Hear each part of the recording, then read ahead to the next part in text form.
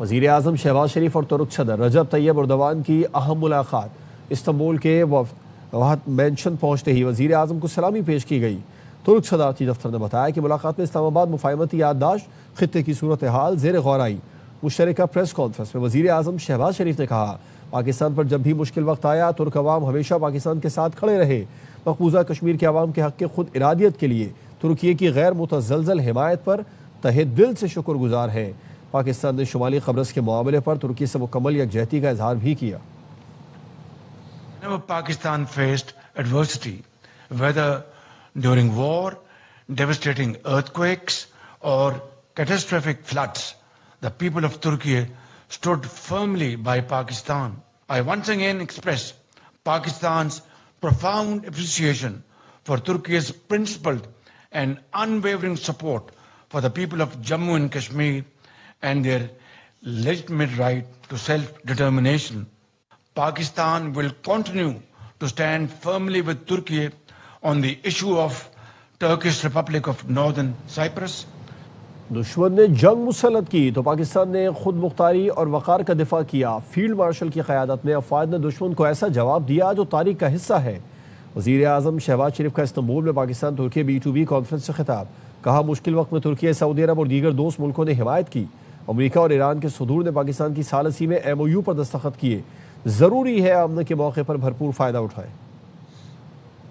Pakistan, with the great support of my very dear brother President Tayyip Erdogan, has been able to mediate peace between United States and Iran. Here we are today. Ceasefire has taken place.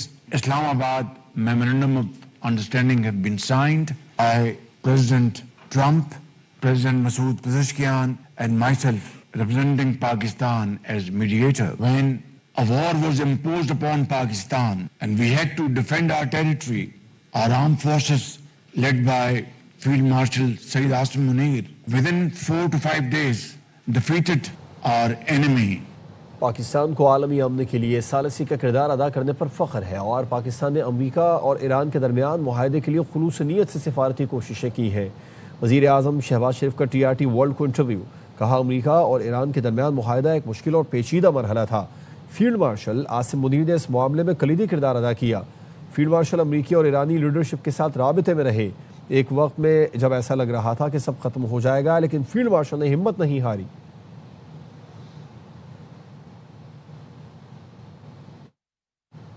आलमी एजाज़ात नरेंद्र मोदी के लिए रुसवाई का सबब बन गए। बरतानवी अखबार दी guardian ने भारत के वज़ीर आज़म को गैर मुल्की दौरों पर मिलने वाले एजाज़ात पर सवालात उठा दिए। अपनी रिपोर्ट में लिखा कि मोदी को सेशल्स में दिया गया guardian of the blue horizon award दौरे से सिर्फ 3 रोज़ पहले तख्लीक किया गया। मोदी अवार्ड के पहले और अब तक वाहिद वसूल कुनिंदा है। मोदी भारत को दुनिया भर में शर्मिंदा कर रहे हैं। मसनूई एजाज़ की कहानी सस्ती मकबूलियत की बदतरीन कोशिश है। वज़ीर दिफा ख्वाजा आसिफ का एक्स पर रद्द-ए-अमल। कहा, चंद रोज़ कबल ही अवार्ड तख्लीक किया गया। सस्ते AI मॉडल के जरिए सर्टिफिकेट्स तैयार किए गए। सर्टिफिकेट्स में वाज़ेह इमला की गलतियाँ मौजूद थीं। मोदी वाहिद और पहला शख्स है जिसको ये अवार्ड मिला। ये शायद अब तक की सबसे शर्मनाक कहानी है।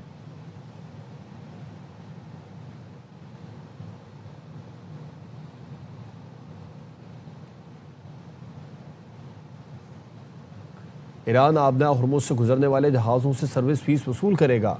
चीन में ईरानी सफ़ीर अब्दुर्रज़ा रहमानी फजली ने कहा है कि ईरान ओमान के ताउन से आबना हुर्मुज़ के इंतजाम के लिए नए निज़ाम पर काम कर रहा है, जिसके तहत इस अहम आबी गुजरगाह से गुजरने वाले बहरी जहाज़ों से सर्विस फीस वसूल की जाएगी। ये ट्रांजिट फ़ीस नहीं होगी। अपने बयान में उनका मज़ीद कहना था कि ईरान के दोस्त ममालिक को खुसूसी रियायत दी जाएगी और आबना हुर्मुज़ इस्तेमाल करने वाले चीनी बहरी जहाज़ भी इस खुसूसी रियायत से मुस्तफ़ीद होंगे।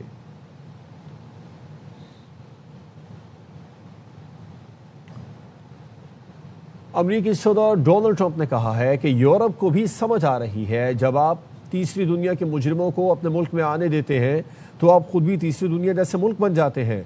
ट्रुथ सोशल पर जारी बयान में ट्रंप ने कहा, ये तब्दीली बहुत जल्दी वाक़ होती है, पलक झपकते ही हालात बदल जाते हैं। मुझे बिल्कुल सही वक्त पर मुंतखब किया गया।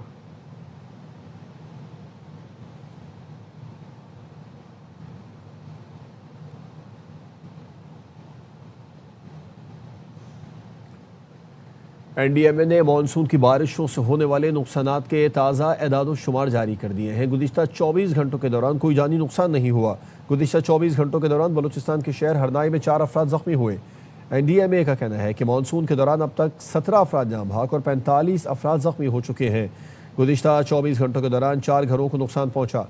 मजमूई तौर पर अब तक 92 घर तबाह हुए।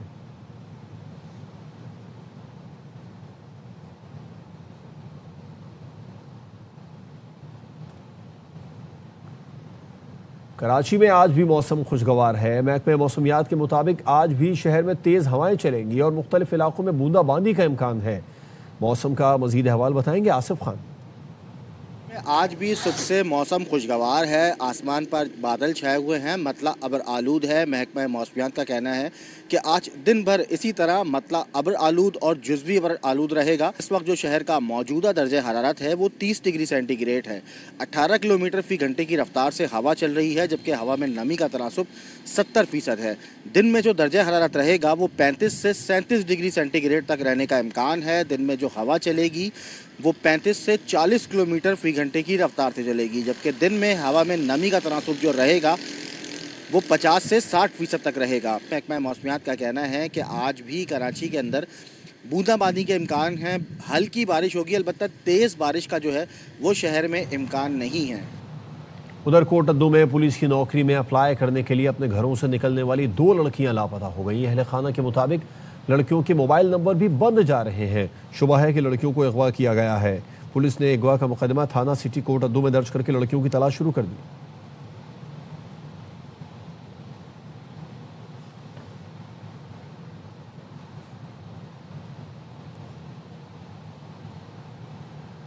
हाफिजाबाद में महंगे दामों एलपीजी गैस फरोख्त करने वालों के खिलाफ पैराफोर्स मुतहरिक हो गई है। एसडीओ पैराफोर्स की सरबराही में शहर भर में कार्रवाइयाँ की गई। मुतादिद दुकानें सील कर दी गईं और भारी जुर्माने आयद किए गए हैं। मजीद इस रिपोर्ट में जानिए। शहर भर में एलपीजी गैस की कीमतों में मनमाने इजाफे की शिकायत पर पैराफोर्स हरकत में आ गई। एसडीईओ पैराफोर्स की सरबराही में इन्फोर्समेंट टीम ने मुख्तलिफ इलाकों में कार्रवाइयाँ करते हुए ओवरचार्जिंग में मुलविस दुकानदारों के खिलाफ सख्त एक्शन लिया।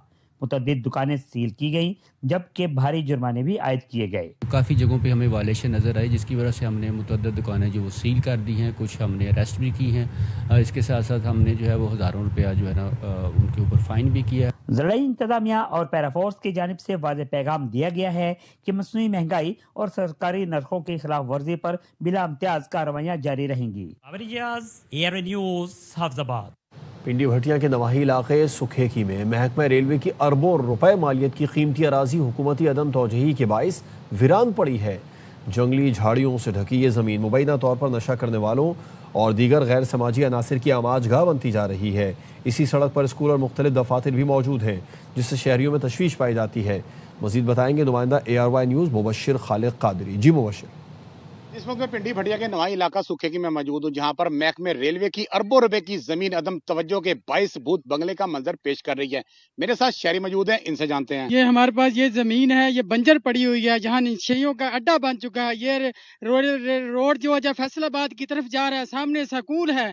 लिहाजा हमारी गवर्नमेंट से ये अपील है कि वो इस जगह को पार्क या दुकानदारी के लिए अपनी हुकूमत के लिए इस्तेमाल कर सकते हैं। शहरियों के लिए अच्छा सा पार्क बना दें या दुकानात बना दें, जिससे हुकूमत पाकिस्तान को भी फायदा हो और शहरी भी सोलह से मुस्तफीद हो सकें। जी। कसूर के इलाके इलाहाबाद में पुलिस ने 2 मनशियात फरोशों समेत 3 मुलजिमान को गिरफ्तार कर लिया है। मुलजिम अली रजा के कब्जे से 1.5 किलोग्राम से जायद चर्स, मुलजिम खुर्शीद मेव से 1 किलोग्राम से जायद हेरोइन बरामद हुई। मुलजिमान के खिलाफ इम्तनाए मनशियात एक्ट के तहत अलग अलग मुकदमात दर्ज कर लिए गए। फायरिंग के एक मुलजिम को गिरफ्तार करके पिस्तौल बरामद कर लिया।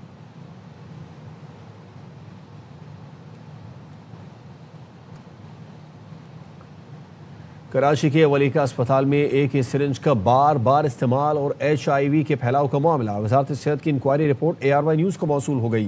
रिपोर्ट में HIV फैलाव के जिम्मेदारान के खिलाफ सख्त कार्रवाई की सिफारिश की गई है।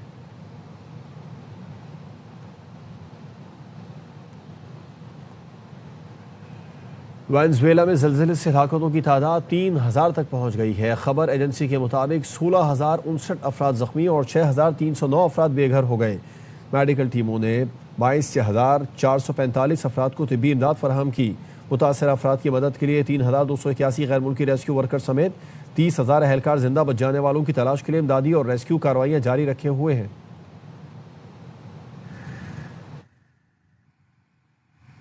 लाहौर में मनशियात से बचाव और आगाही के लिए लिबर्टी से बाग जिन्ना तक साइकिल रैली का इनेकाद किया गया, जिसमें नौजवानों की बड़ी तादाद शरीक हुई। अपडेट लेते हैं नुमाइंदा ख्वाजा रमजान मजीद से। जी ख्वाजा रमजान। जी बिल्कुल, डिप्टी कमिश्नर लाहौर की जानब से ड्रग फ्री जो है वो साइकिलिंग रेस का इनेकाद किया गया।